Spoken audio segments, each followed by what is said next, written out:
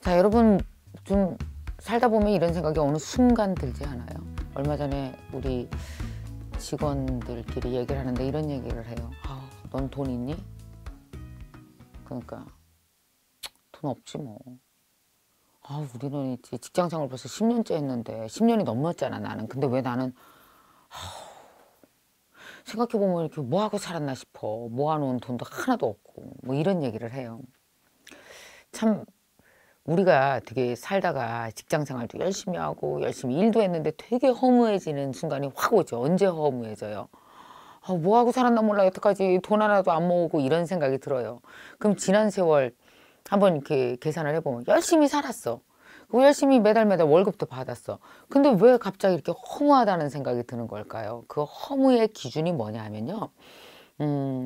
열심히 살고 돈을 벌기는 했는데 돈의 실체가 없는 거예요. 실체가 없다는 게 뭐냐면 매달 들어온 돈은 있어. 이렇게 돈이 이렇게 왔다가 간 것 같긴 하는데 이게 돈이 하나도 고여 있는 게 없고 모아진 게 없으니까 허무하다는 생각이 드는 거거든요. 그래서 한번 생각해 봅시다. 그러면 이렇게 돈이 흔적도 없고 뭐 추억만 있어. 그럼 도대체 내 돈은 다 어디로 간 것일까 봤더니 그 누가 훔쳐가지 않았어요. 뭐냐면 내가 훔친 거예요. 본인이 한 일입니다. 본인이. 그럼 어떻게 하면은 내가 좀 더 이렇게 돈도 모으고 실체가 있고 한 5년 직장 생활 하면 이렇게 뭔가 이렇게 마음에 이렇게 든든한 게 있어야 되잖아요. 돈 모아놓은 게 있어야 든든한데 아니니까 허무하잖아. 그러면 앞으로 내가 돈도 좀 모으고 든든하게 살아야 되겠다라고 마음을 먹는다면 바꿔야 될 게 하나가 있습니다. 자, 우리가 왜 이렇게 든든한 돈을 못 모을까 한번 생각을 해봤더니만 다 쓰는 거예요. 여러분 꼭 한번 체크해 봐야 될 게 뭐냐 하면 저축의 양입니다. 저축의 양. 우리 회사 직원들끼리 다 같이 모아서 어차피 똑같은 월급쟁이들이니까 이제 모아서 얘기를 해봤어요. 그랬더니 어떤 친구는 돈을 모아놓은 게 없는데 그 소비 패턴을 보니까 이렇게 합니다. 자기 월급에 다 조금 쓰고 그래도 다 쓰고 남은 돈 한 10% 정도를 저축을 한대요. 그러니까 10%는 뭐예요? 모아서 든든하기엔 되게 미미한 존재가 되는 거죠. 근데 그 10%도 저축한 지 얼마 안 된대요. 그 전까지는 아예 저축 자체를 안 했다는 거예요. 그래서 어떤 친구는 저축을 하나도 안 하는 친구가 있어요. 너는 왜 저축을 안 하니? 물어봤더니만 뭐 모아봤자 그게 무슨 돈이 돼요?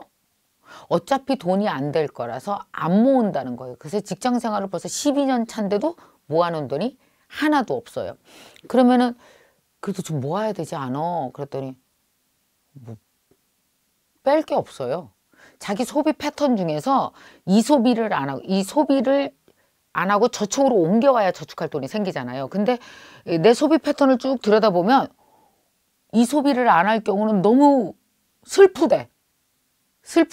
그래서 뭐냐면 자기의 작은 슬픔을 위로하기 위해서 모든 돈을 다 소비에다 쓰다 보니까 저축할 돈이 없는 거죠. 그래서 그 친구가 소비하는 걸 한번 다 가져와서 한번 우리가 서로 컨설팅을 해주기 위해서 봤어요. 그랬더니 뭐냐면 그 친구가 위로하는 거는 이런 것들이었어요. 무슨 옷을 산다든지 구두를 산다든지 무슨 또 이렇게 학용품 같은 거 있잖아요. 이렇게 팬시한 제품을 되게 좋아해.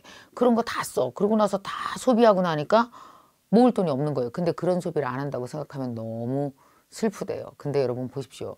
소비를 안 해서 슬픔과 허무함이 오는 것과 12년 직장 생활에서 모아놓은 돈이 하나도 없는 것에 대한 허무함과 이 허무함은 일시에 되게 크게 오고 이 허무함은 어때 이렇게 소비를 조금씩 줄여서 내가 이런 거 못 사 속상해 이런 건 어떻게 돼요?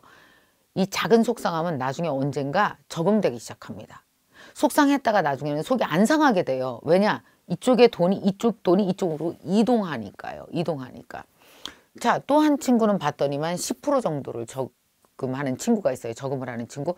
이 친구는 가망성이 좀 많이 있는 거예요. 그러니까 10% 갖고는 뭐냐면 이게 너무 미미해서 실체가 되기에는 역부족이에요. 그러니까 한 10%씩 저축해갖고 한 달에 뭐 1년에 뭐 200만 원, 300만 원 정도 모았다. 그러면 이 돈은 어때요? 어느 순간 카드값이 많을 때 훅 카드값으로 전이 될 수 있는 돈인 거죠. 그러니까 이게 뭐냐 하면 여러분이 알아야 되는데 돈이 어느 정도 이상의 돈이 되잖아요. 그러면 이거는 허물 수 없게 쉽게 헐어낼 수 없게 권위가 있는 돈이 돼요. 여러분 혹시 권위가 없는 돈과 권위가 있는 돈의 차이를 아십니까? 그러니까 한 뭐 1, 200 정도 뭐 내가 이거에도 쓰고 저거에도 쓰고 카드값도 막는 데 쓰고 뭐 사는 데 쓰고 이런 돈은 권위가 없는 돈이에요. 근데 예를 들어서 열심히 모아서 내가 한 1,000만 원 정도를 만들었다. 그럼 이게 뭐예요? 실체가 있고 허물 수 없는 강력한 권위를 가진 돈이죠. 이 권위 가진 돈의 특징이 뭐냐면 작은 푼돈은 방향이 없습니다. 그래서 카드값도 쓰고 먹는 데도 쓰고 옷 사는 데도 쓰고 막 써. 근데 권위가 있는 돈은 방향을 갖게 돼요. 자, 이렇게 1,000만 원씩 모은 다음에 나는 이걸로 집을 사야겠어. 전세를, 그러니까 월세를 전세로 옮겨야 되겠어. 나는 이걸로 나중에 유학을 가야 되겠어. 뭐예요? 일정한 푼돈이 아닌 목돈은 방향을 갖게 됩니다. 그러니까 말하자면 목돈은 꿈을 위해서 쓰게 돼요. 작은 욕망을 위해서 쓰는 게 아니라 방향을 갖고 꿈을 위해서 쓰게 돼요. 그래서 뭐가 돼요? 투자가 되는 거죠. 투자가. 근데 푼돈은 뭐예요? 돌려막기 돈이 돼요. 내 사고 친 걸 막는 돈에 불과하다고요. 그래서 이 10%를 저축하는 친구가 그러면은 권위 있는 돈이 되기 위해서는 어떻게 해야 될까요? 이 친구는 먹는 걸 되게 좋아해요. 그래서 먹는데 꽤 많이 돈을 써요. 그리고 옷도 좋아해요. 그 충동 구매를 해요. 그럼 어떻게 해야 될까요? 이쪽에서 썼던 돈 20%를 어떻게 해야 됩니까? 이쪽으로 옮겨와야 돼요. 대부분 목돈을 못 만들고 저축을 못하는 사람들의 특징이 뭐냐 하면은 한 번도 목돈과 방향성이 있는 권위 있는 돈에 대한 경험이 부족한 거예요. 그래서 이 돈이 얼마나 권위를 갖고 내 인생의 방향성을 탁 만들어내는지 경험이 없기 때문에, 그래서 뭐 효용 가치를 못 느껴봤기 때문에 이걸 이쪽으로, 내 소비를 이쪽으로 옮기는데 주저하는 거거든요. 근데 한번 해보세요. 여러분 가지고 있는 소비 패턴을 잘 분석을 하신 후에 적어도 10%, 내 월급의 10%를 저축하고 있다 그러면 20%, 30%를 저축하도록 옮겨와야 돼요. 돈이 방향과 권위를 갖는 그 경험을 한번 꼭 해보시기 바랍니다. 자, 우리 회사에 돈을 잘 모으는 친구가 있어요. 이 사람은 권위 있는 돈이 꽤 있습니다. 그래서 이 친구는 가만히 보면은 똑같은 샐러리맨 역할을 하고 있는데도 얘는 모아놓는 돈이 있어서 애가 되게 이렇게 그 권위가 있어. 돈의 방향도 있어. 그래갖고 같은 직장 생활을 똑같이 10년 했는데도 불구하고 되게 여유가 있어, 이 친구는. 근데 똑같이 직장 생활 10년 했는데도 불구하고 모아놓은 돈이 없으니까 되게 여유가 없이 시달리는 거예요, 지금도. 근데 이 친구는 보니까 세상에 깜짝 놀랐어요. 이런 얘기를 하더라고요. 나는 월급의 50% 저축해. 그리고 50% 내에서 생활하도록 소비 패턴을 나중에 짜. 여러분, 이게 있어요. 소비 패턴 먼저 짜고 모을 돈을 나중에 짜는 친구가 있느냐면 이게 우선순위가 중요한 거예요. 근데 이 친구는 어떠냐면은 모아놓을 돈을 먼저 책정하고 소비 패턴을 나중에 2순위로 책정을 해요. 그러니까 뭐가 우선적으로 선택하느냐에 다른 거예요. 깜짝 놀란 얘기를 했어요. 야, 나는 남편이랑 맞벌이 하면서 보통 50% 저축하거든. 근데 나 직장 생활 혼자 할 때 있잖아. 결혼하기 전에 나 70%, 80%까지 저축했어. 그러니까 다른 친구들이 저희는 80% 쓰고 20% 저축하는데요. 아니야, 그거 바꿀 수 있어. 어떻게 바꿔요? 뭐가 먼저인지가 중요해. 저축 먼저 하고 나머지 돈에서 쓰는 연습을 자꾸 하잖아. 그럼 어때? 소비도 연습이다. 그래서 작은 돈에서 자꾸 소비하기 시작하잖아. 그럼 소비가 연습이 돼서 작은 돈으로 소비하는 데 있어서 되게 유능해져. 너 작은 돈으로 소비하는 거에 유능해지는 것이 되게 필요해. 나중에 이것에 유능해지지 않으면 돈 전체에 무능해지는 거야. 이런 충고를 해주더라고요. 아유, 여러분 어떻습니까? 소비에 유능하십니까? 아니면은 저축하는 데 유능하십니까?